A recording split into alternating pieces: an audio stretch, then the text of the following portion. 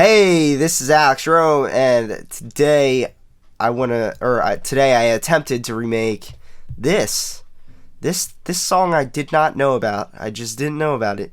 You guys never requested it or anything like that, but when I heard it, I was like, hey, that sounds really, really fun to remake. And so I went ahead and I remade it, and I'm going to play it for you, and then I'm going to take you through and show you how to make, most importantly, the lead. I'll show you every aspect, or most aspects of it, but that lead's what I want to focus on because it's a pretty dope lead, and that song is a pretty dope song. Before I get into it, I want to give a quick shout out to everyone who's been requesting for private lessons. You're all awesome, and they're so much fun. I'm like getting to meet so many of you.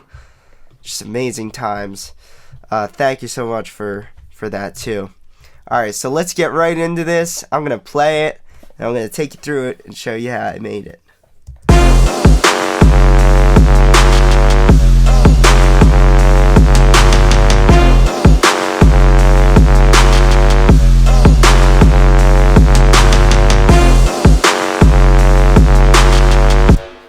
That is so much fun. Oh my god.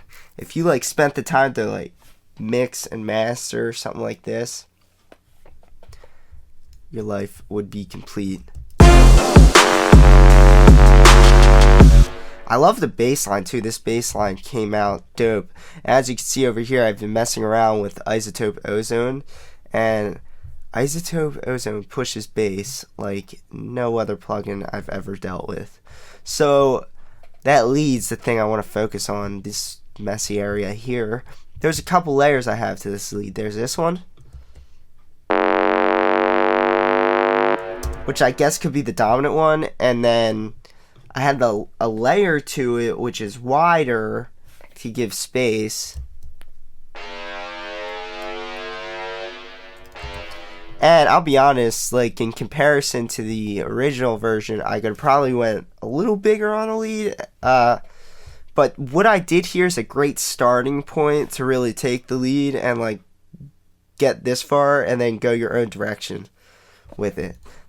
That's what I think is so cool about remaking songs and attempting to remake similar pieces to originals, because you could just take what you learn from remaking them and just go off in your own direction and become a superhero or something.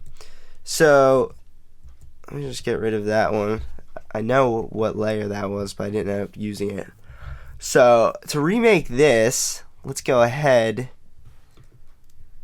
and just turn those off real quick. Turn this off. Let's open up Sylenth. Okay, so let's write this note in here. It took me a little while to get the note. Anytime there's a note that pitches up, it takes me a while to hear that and then be able to write it down. So let's write this note here. So we're going to write a note that's that long. Let's listen to it with all the stuff and see how pathetic it sounds right now. Yeah, that note needs a lot of help. Okay, so what we're going to have to do is really give it as much power as possible.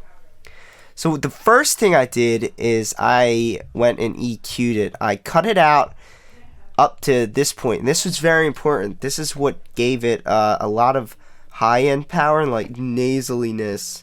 I have a cold right now.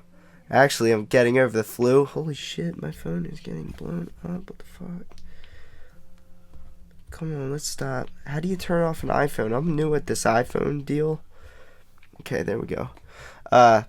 Anyway, let's get back on track. I EQ'd it to look like this. Jesus Christ. My phone's holding up my camera. That's my issue. It's my phone is just holding it up. I guess we're just gonna have to go work through the vibrations. So yeah.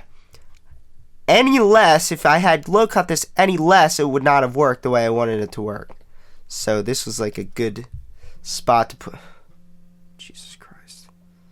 I don't want to move my phone or anything. So, hold on. Jesus. Let's hope that they stop. It's my girlfriend, of course. And another thing that helped this lead out. So let's listen to it with just the EQ. Well, without everything. It's kind of like, sounds kind of weird. But then what I did is I didn't go to OTT yet. OTT is a free plugin, so it's not a third-party plugin. I did use Sylenth one because anything to do with pitch, if the lead has to do with pitch, I just go with Sylenth one. The saw wave that I ended up using was a sine, actually.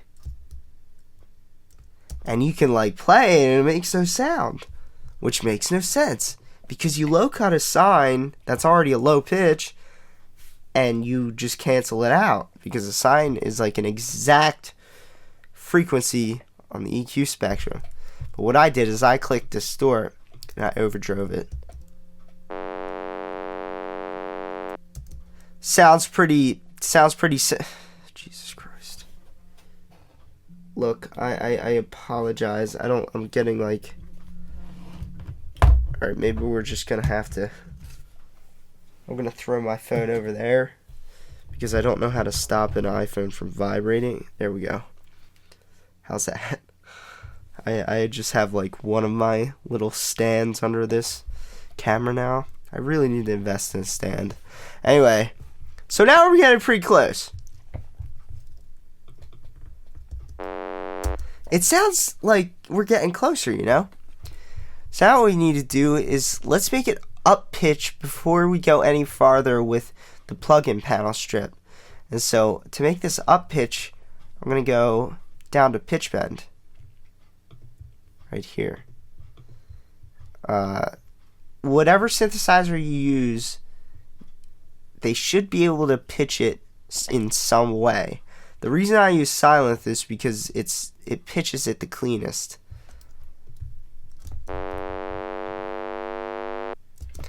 So we could get something like that. Okay, now we're only part of the way there.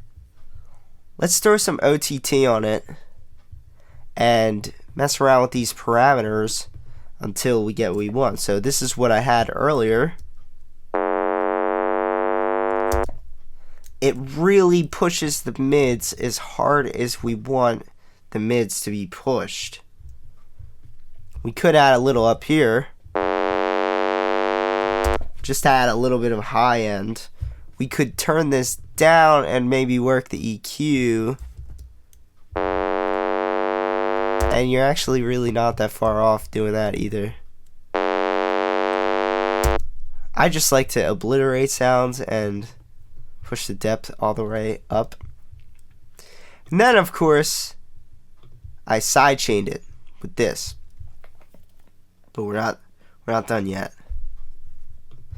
So I went from here and my next challenge was I need to create the space that's in the original version. So reverb.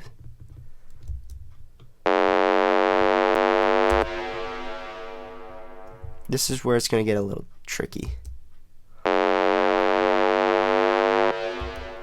So you could use this reverb or you can use Space Designer, which would probably be better anyway.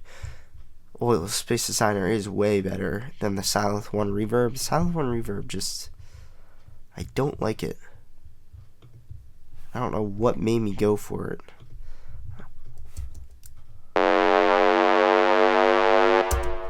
That's exactly what I'm going for.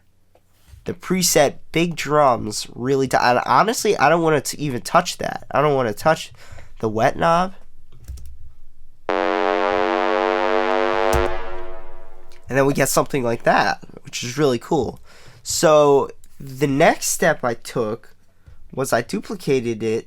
I duplicated this exact thing, and then I just added a wetter, like a wetter reverb preset.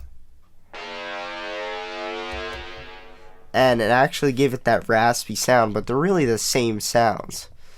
So if we just play, we get something like that. Now I'll quickly run through and see how I made all the show you how I made all the other stuff.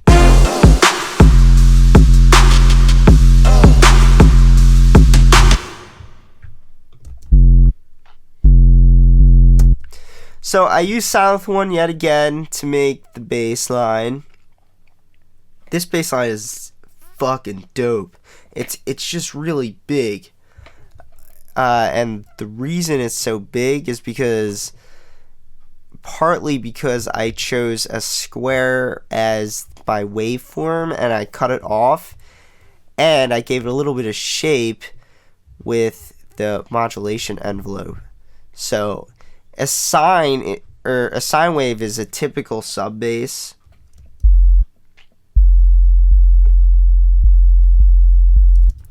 But it's like a little too quiet, you know? It doesn't have those high-end harmonics that make us happy. And so that's the pulse wave right there, or square wave, whatever you would want to call it, cut off, and it sounds so cool. And that's what really made my bass line pop. And then this is I'm pretty proud of this one. That's actually my voice. I went like, oh, and then I like layered it a couple times. In the original, there's a way better version of that, like somebody saying, oh. It sounds like more tribal and more in the mood of the song.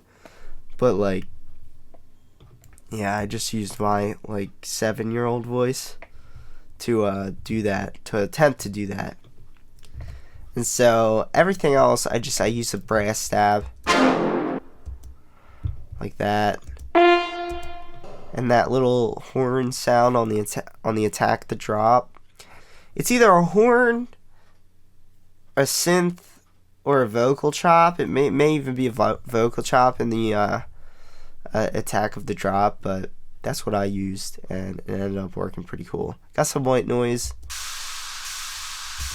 Just add some size and noise, and then I got some of this,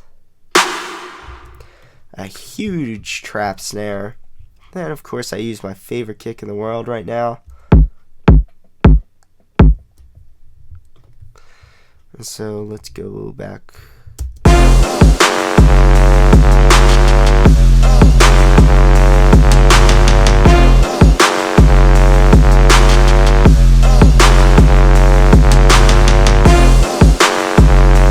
There you go, guys. That is a little remake, or attempt to remake something similar to this song right here.